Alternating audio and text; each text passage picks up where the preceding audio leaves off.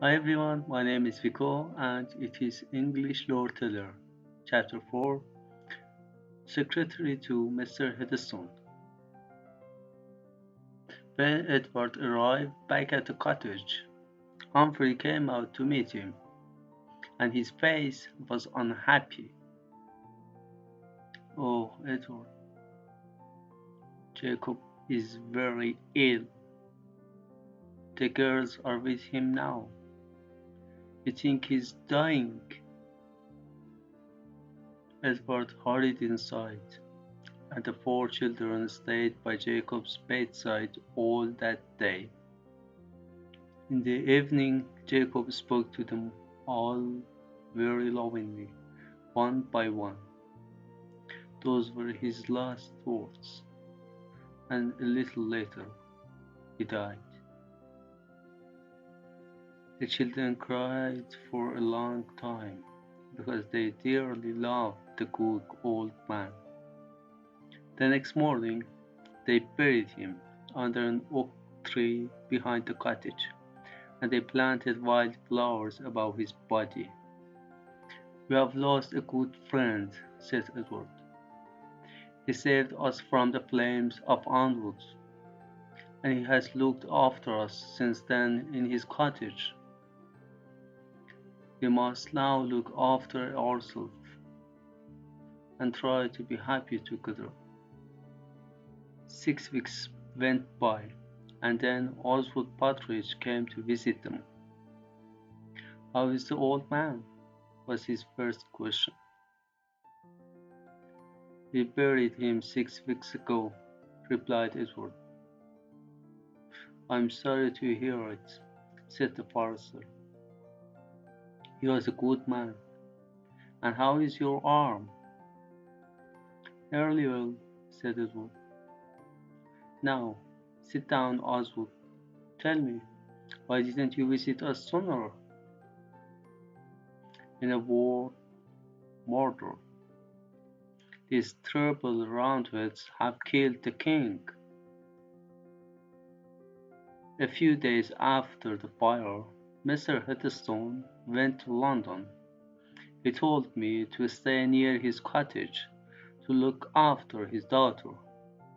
In London, he tried to stop the murder, but Cromwell and his men didn't listen to him. He came home yesterday and told us all about it.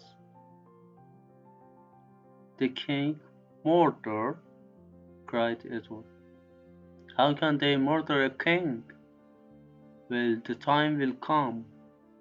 If I cannot fight for the king, one day I shall fight against his murderers."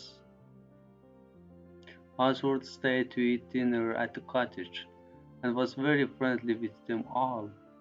He stayed the night, and the next day Edward decided to tell him the secret. "Colonel Beverley's children?" said Oswald. "Well, this is happy news. And it's true, Edward, that you don't look like a forester's son. Mr. Heatherstone thinks that too.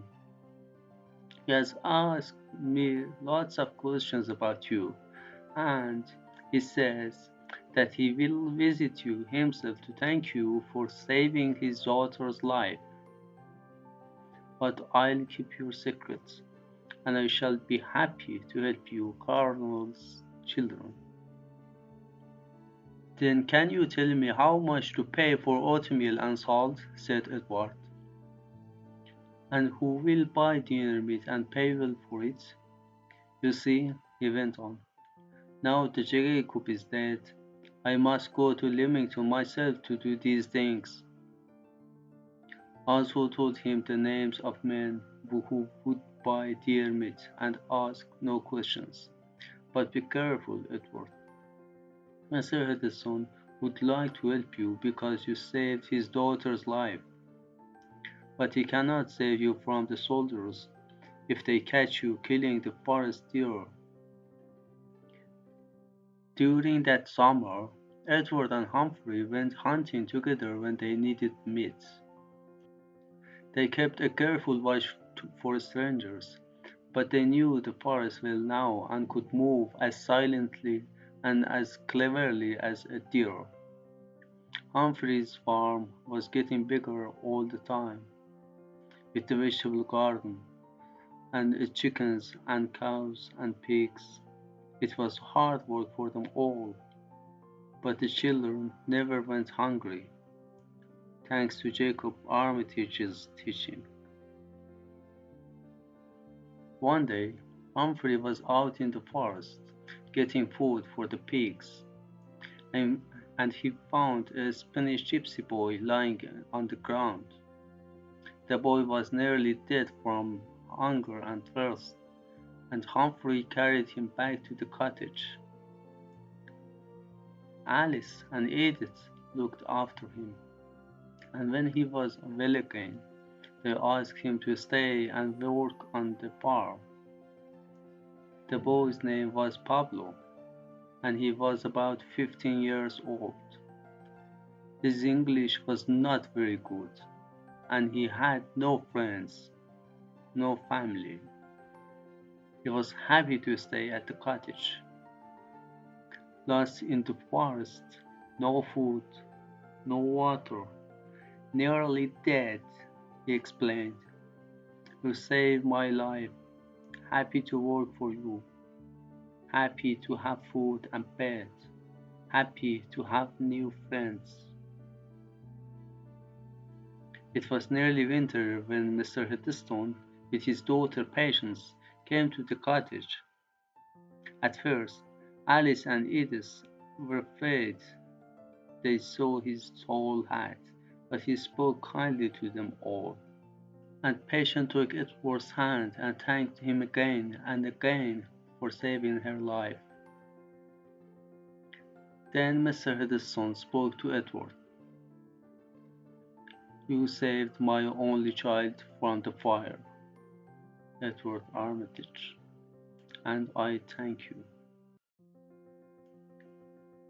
Mr. Hetherstone, I cannot understand you, Edward said.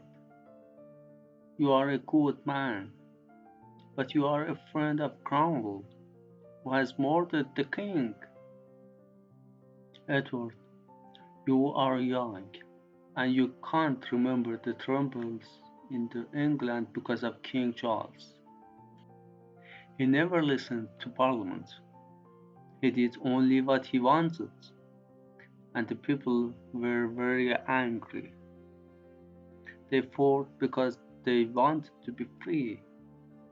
But now Cromwell and his friends will listen to nobody. They have murdered the king, and they are worse than he ever was. One day the people of England will be free again. But for now, you can't speak of these things openly. It's too dangerous. Thank you, sir, said Edward quietly. I understand you better now. I'll try to be careful, because I want to fight against Cromwell when the time is right. Mr. Hetherstone looked kindly at Edward. Now, I want to help you. You know that you were born for better things than a forester's life. I would like you to be my secretary and live at my house. I will pay you, and you can help your family. Don't answer me now. Talk to your brother about it first. Alice and Edith made dinner, and they all ate together.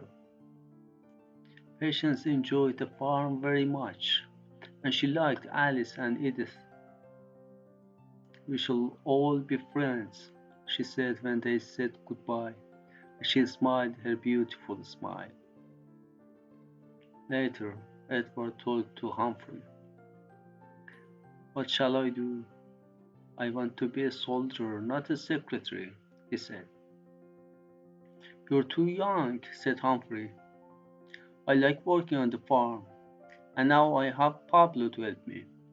I know that you want to get out into the world, but for now you must take this job. Mr. Hetherstone will be a good friend to us all. So Edward bought a black suit and a tall hat, kissed his sisters goodbye, and went to live in Mr. Hetherstone's cottage. Every morning he wrote letters for Miss Hetherstone, and every afternoon he spent time with his daughter. He began to like Patience very much. Every week he rode across the forest to see his family.